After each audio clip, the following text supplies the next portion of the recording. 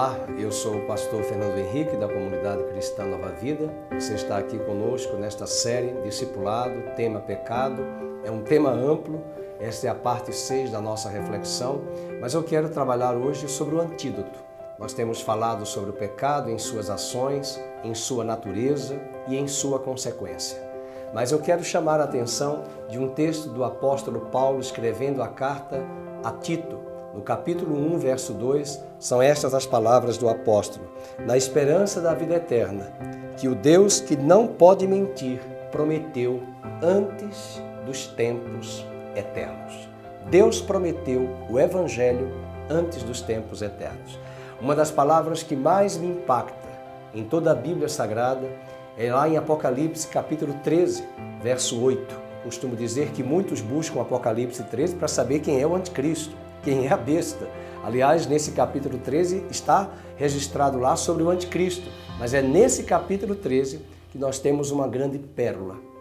Diz lá no verso 8, na parte B, que o Cordeiro de Deus foi morto antes da fundação do mundo. Eu gostaria que você repetisse aí, você que está assistindo a esse vídeo.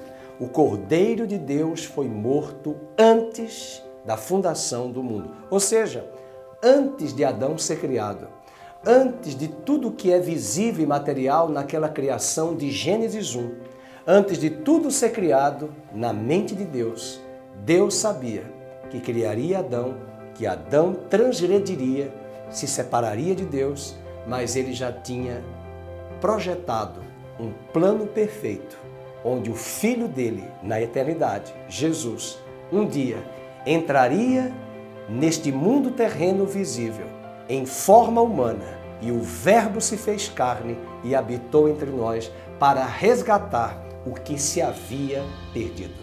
Adão, de fato, vem a transgredir e Deus não foi pego de surpresa mediante a sua queda. E é nesse momento que, quando, na plenitude dos tempos, Deus envia Jesus, nascido de mulher, esse homem, nascido de mulher, nasce sem a natureza do pecado. E ele pôde dar a sua vida por mim e por você e para todo aquele que crê. E é nessa perspectiva que o apóstolo Paulo quer nos mostrar de que desde os tempos eternos, e o apóstolo João em Apocalipse 13:8 diz que antes da fundação do mundo, o Cordeiro de Deus havia sido morto na mente de Deus. Isso é fantástico. Ora, o apóstolo Paulo já nos diz em Romanos capítulo 5 que Deus prova o seu amor para conosco em que Cristo morreu por nós quando nós ainda éramos pecadores. Cristo morreu por nós.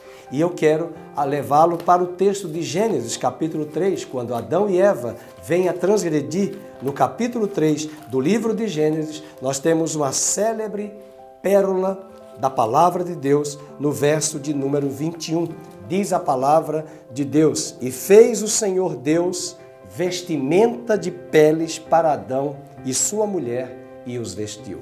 Deus providenciou, mediante a queda de Adão e Eva, um animal substituto, um modus operandi, onde por meio de animais, do sangue de animais, aqueles animais substituiriam o pecador.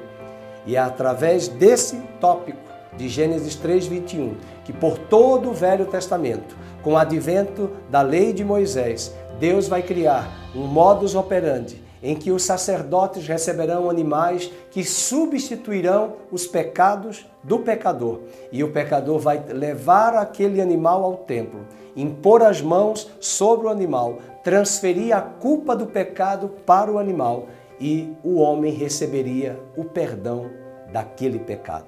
Apesar de receber o perdão do pecado, o homem ainda trazia sobre si a natureza do pecado em seu homem interior. E é essa promessa no Novo Testamento, na Nova Aliança, quando João Batista avista Cristo em seu ministério terreno, com 30 anos, e olha para ele. João capítulo 1, verso 29, afirma as seguintes palavras: eis o Cordeiro de Deus, Cristo, que tira o pecado do mundo. Na velha aliança, o sangue dos animais cobria o pecado do pecador. A nova aliança, o sangue do Cordeiro de Deus perfeito, Cristo Jesus, não cobre o nosso pecado, remove a natureza do pecado no coração do homem.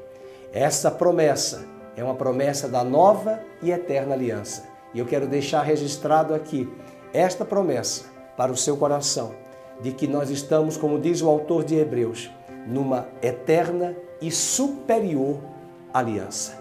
Mas em Gênesis 3, Deus estabelece, mediante a queda de Adão, um animal substituto que venha cobrir o pecado de Adão e Eva, e as vestimentas daquela pele do animal venha cobrir o corpo de Adão e Eva, para nos mostrar que Deus não aceita a nossa justiça própria, que Ele tem vestes de justiça do Cordeiro de Deus, que é o seu próprio Filho, para serem aplicadas em nossas vidas. A justiça dos santos é de fato a justiça do Filho de Deus e do Cordeiro de Deus outorgada em nossas vidas. João Calvino dizia que Deus olha para nós por meio de Cristo. Deus olha para você e vê Cristo em você, a vida do Filho de Deus, a justiça do Filho de Deus, tal qual a vestimenta daquele animal cobriu Adão e Eva. Até breve, em nosso próximo estudo.